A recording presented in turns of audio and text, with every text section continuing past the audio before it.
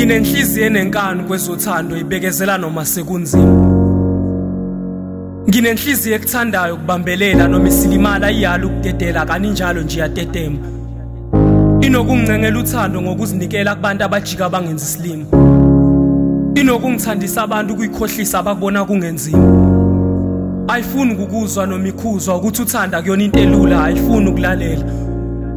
Nginenhliziyo enothando lingapheli, yebo nokusaba kukhona ngoba seganingi limala. Kodwa isenenkani isafuna ukuthanda nazo lezi ikhala. Isafuna ukubambelela noma ibona isineyilonde engafuni ukuphola.